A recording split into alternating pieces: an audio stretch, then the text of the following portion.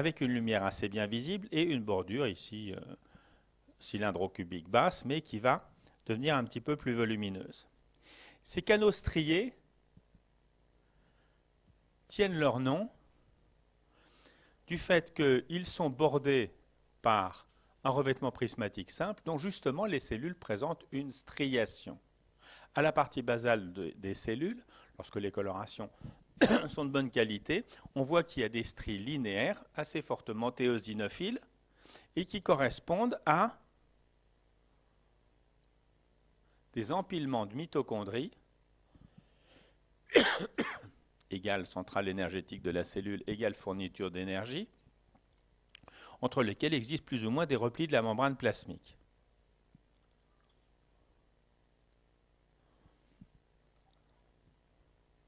Plus ou moins de replis de la membrane plasmique, surtout présence de nombreuses mitochondries égale, au plan physiologique, qu'est-ce qui peut se passer? Transport actif.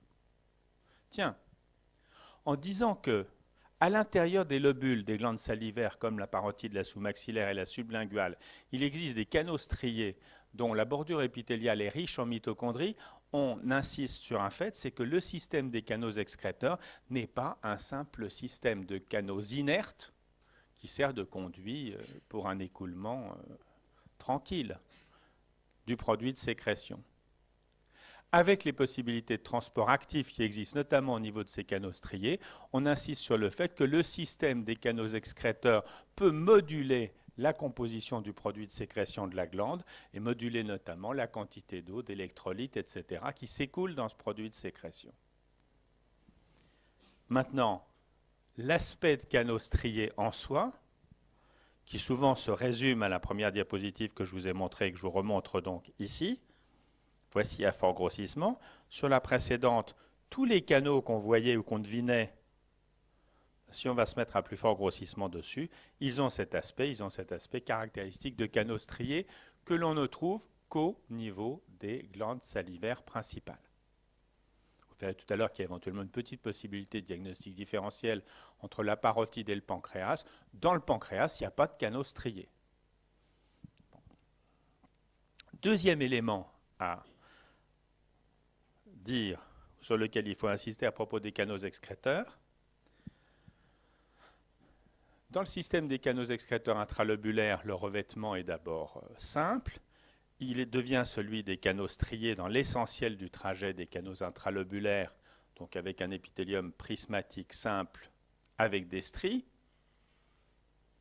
Mais au fur et à mesure que les canaux s'anastomosent, deviennent plus volumineux, deviennent extralobulaires et s'approchent de la périphérie et de la destination finale, c'est-à-dire de la cavité buccale, on assiste au niveau des glandes salivaires principales à une stratification de l'épithélium.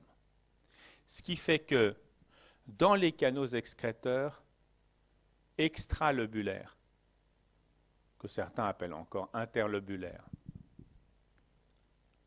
si c'est interlobulaire, c'est forcément en dehors des lobules, hein, donc c'est extralobulaire. Dans ces canaux plus volumineux, lorsqu'on va regarder la bordure épithéliale, on s'aperçoit qu'il y a un revêtement qui se stratifie et qui devient très rapidement cubique stratifié, c'est-à-dire stratifié avec des cellules superficielles qui sont cubiques. Canaux excréteurs, donc, deux choses à retenir. Premièrement, à l'intérieur des lobules, entre les unités glandulaires, on trouve volontiers ces aspects de canaux striés. Voici ici un aspect encore plus caractéristique que le précédent. Des cellules qui forment bien une bordure épithéliale de cellules jointives. Et ici, un aspect de cellules prismatiques où on devine un petit peu mieux peut-être que sur les précédentes la striation du pôle basal. Transport actif, eau, électrolyte, les striations correspondent à des replis de la membrane plasmique entre lesquels existent autant de mitochondries. Ce sont elles qui sont éosinophiles, ce sont elles qui donnent la striation, ce sont elles qui fournissent l'énergie au transport actif. Tout ça va évidemment de pair avec la notion de présence de ces mitochondries. Deuxième élément à retenir, je vous redis ce qu'on vient de dire, dans les canaux les plus volumineux, on s'aperçoit que l'épithélium devient stratifié. Épithélium stratifié des canaux excréteurs les plus volumineux égale glande salivaire principale. Et ceci est vrai pour la parotide, pour les sous-maxillaires, pour les sublinguales. Donc ça, ce n'est pas un critère distinctif entre ces trois-là, mais par contre, ça sera un critère distinctif avec le pancréas, où même dans les canaux les plus volumineux, c'est-à-dire même à l'extrémité du canal que vous avez peut-être appris à décrire comme canal de Wirsung ou Santorini dans le pancréas, vous ne trouvez qu'un épithélium simple. Bon, c'est un petit critère histologique, mais après tout, on peut le savoir. Ça commence bien sûr dans le territoire intraglandulaire au niveau des canaux interlobulaires. Et voici ici un aspect qui doit laisser doute à personne. Pour peu qu'on ait diagnostiqué qu'on est dans une structure glandulaire, on voit bien ici qu'il y a un canal excréteur. Au passage, il y a un petit peu de sang dans sa lumière, il ne faut pas prêter plus d'attention que ça ne mérite, mais on a dans ce canal excréteur ici une bordure épithéliale qu'on reconnaît entre la basale qu'on suit à quelques niveaux comme ici et le centre par, là il y a deux couches de cellules. Celui-là il est stratifié, on pourrait l'appeler cylindro-cubique stratifié si on voulait, parce que les cellules sont un peu plus cylindriques que cubiques. L'élément essentiel, ce n'est pas le détail de la terminologie, l'élément essentiel ici c'est la stratification. On a dit qu'il y a donc une organisation générale de glandes exocrines individualisées, encapsulées, lobulées, avec un système des canaux excréteurs remarquable à plus d'un titre, mais notamment par la présence de canaux striés et d'une stratification de l'épithélium de surface dans les canaux les plus volumineux. On a également dit qu'à l'intérieur des lobules, il y avait une infiltration graisseuse physiologique, avec donc des adipocytes de façon physiologique dans les lobules, et que ces cellules adipeuses séparaient donc les éléments glandulaires, séropures parotides mixtes sous-maxillaires sublinguales. Qu'est-ce qu'on va rajouter?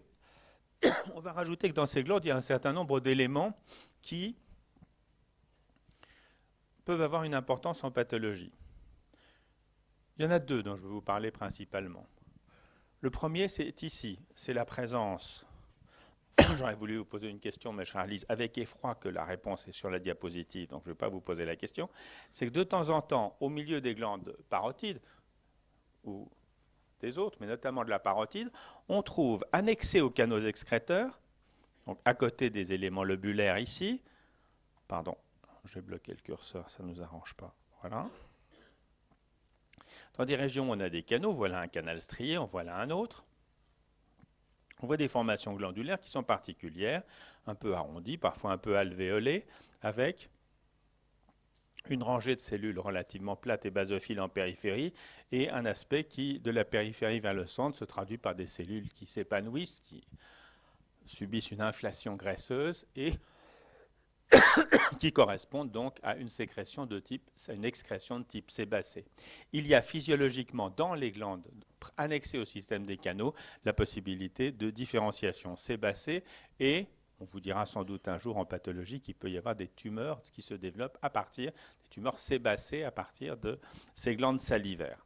Pourquoi? Parce qu'il y a justement des éléments sébacés qui physiologiquement, pas de façon très fréquente, mais de façon physiologique et de façon en tout cas tout à fait normale, peuvent exister à l'intérieur de ces structures glandulaires. Deuxièmement, et peut-être surtout, la paroi des unités sécrétrices, donc des acinis ou des tubulo-acinis, et des canaux excréteurs les plus petits présentent une particularité, c'est que annexées aux cellules épithéliales, on trouve parfois des petites cellules allongées qu'on appelle les cellules myoépithéliales. Je crois qu'on en a déjà parlé à propos d'autre chose, je ne sais plus quand, sinon c'est maintenant qu'on va commencer à en parler. Et on va dire que soit annexées aux formations sécrétrices proprement dites, soit à la partie initiale du système des canaux excréteurs, on peut trouver souvent dans un dédoublement de la basale une cellule myoépithéliale. Les dessins histologiques classiques vous montrent, on va en faire un pour se changer les idées ici, en décrivant par exemple quelque chose qu'on voit dans une glande séreuse, à laquelle peut très bien être associée une formation muqueuse, ou le contraire, eh bien, on voit ici une formation glandulaire avec sa lumière virtuelle et petit canal excréteur. Limites cellulaires, on les marque pour des raisons d'ordre didactique plus que réel, et on rajoute qu'autour de tout ça, il faut bien imaginer qu'il y a, je le fais en jaune, mais je crois que pour vous, ça ne doit pas apparaître très différent de ce que j'ai décrit de ce que j'ai fait précédemment en blanc. On décrit qu'autour de tout ça, il y a une lame basale, une basale, qui sépare indiscutablement le contingent épithélial de ce qu'il y a en périphérie, qui est le contingent conjonctif, avec quelques fibres et, mais s'il y a une craie rouge, des vaisseaux sanguins. Bref, une structure glandulaire. Au passage, dans les glandes mixtes, on voit souvent, on va en dessiner un ici, on voit ici que certaines unités sécrétrices peuvent associer dans un même territoire une partie muqueuse, avec par exemple des cellules tout à fait caractéristiques développées autour d'une lumière bien visible, et autour de cette lumière bien visible, des cellules muqueuses tout à fait classiques avec leurs limites bien visibles, le noyau périphérique, etc. Bref, toutes les bêtises qu'on vous apprend en première année. Et que, au bout d'une extrémité comme ceci muqueuse, on peut avoir un petit amas, un petit croissant de cellules glandulaires de type séreuse qui apparaît de façon différente des précédentes, avec donc un petit chapeau, un petit croissant de cellules qui, elles, sont de type séreuse tout à fait classique, avec la basophilie du pôle basal,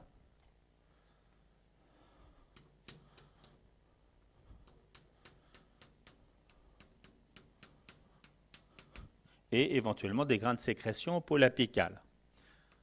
Ce sont des choses comme ça qu'il importe aux travaux pratiques d'aller rechercher dans un détail d'une glande, parce que si vous avez des aspects comme ça dans une glande de type salivaire, vous savez que vous êtes dans une glande mixte. Alors, la personne qui a décrit ça est un auteur italien qui s'appelait Giannuzzi. On décrit ça de partout dans l'histologie sous le nom de croissant de Giannuzzi, en vous disant, dans la structure des formations lobulaires, on va regarder si c'est séreux pur parotide ou s'il y a des formations mixtes, soit des tubules muqueuses séparées des acini, soit éventuellement des aspects mixtes avec des croissants de Giannuzzi, égale glande mixte, égale sous-maxillaire ou sublinguale. Très bien. Fin de la diversion, qui n'était pas la raison pour laquelle j'avais fait le schéma. La raison du schéma, c'est de dire que à certains endroits, on trouve, et notamment dans la parotide, notamment dans cette glande où vous n'avez aucune chance de trouver des croissants de Giannuzzi, on trouve de petites cellules effilées avec un cytoplasme éosinophile qui contient des protéines de type contractile et qui sont situées dans un dédoublement de la membrane basale, soit au niveau de la formation sécrétrice proprement dite, soit, j'en ai amplifié la taille ici de façon outrancière, au niveau de l'origine du canal excréteur.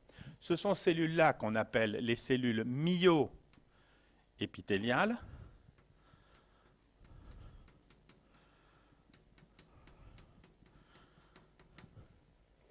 qui étaient présentées aux étudiants en médecine quand j'avais votre âge, en disant ce sont des cellules musculaires contractiles qui se contractent dans la paroi et qui donc ont pour effet de chasser un tout petit peu le produit de sécrétion dans la lumière, qui sont des cellules pour lesquelles il serait infamant de dire ça aujourd'hui, puisque la version d'aujourd'hui, c'est de dire on ne sait pas très très bien quels sont les détails de fonction de ces cellules myo-épithéliales. En tout cas, il y a plusieurs pistes, mais il y a une chose dont on est à peu près sûr, c'est qu'elles n'ont aucune fonction contractile.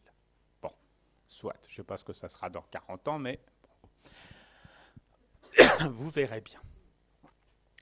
Au passage, pour nous, pourquoi est-ce que je vous parle de ces cellules myo-épithéliales? Ce n'est pas pour vous rappeler que j'ai fait mes études il y a quelques années, ça n'a, je pense, qu'un intérêt assez relatif pour vous, mais c'est parce qu'aujourd'hui, on sait que ces cellules myo-épithéliales peuvent être à l'origine de tumeurs qui sont parmi les plus fréquentes des tumeurs des glandes salivaires, qui se développent donc dans la paroi, soit des unités sécrétrices, soit du système canalaire, et qui vont donner des tumeurs particulières À partir de ces cellules donc myoépithéliales, un phénotype un peu variable, un peu épithélial parce qu'associé à l'épithélium, mais aussi qui exprime des protéines comme la vimentine et la desmine, surtout un marqueur musculaire, et qui peuvent être à l'origine se développant dans cette partie-là du système des glandes exocrines, des tumeurs qu'on appelle les tumeurs mixtes ou encore les adénomes pléiomorphes.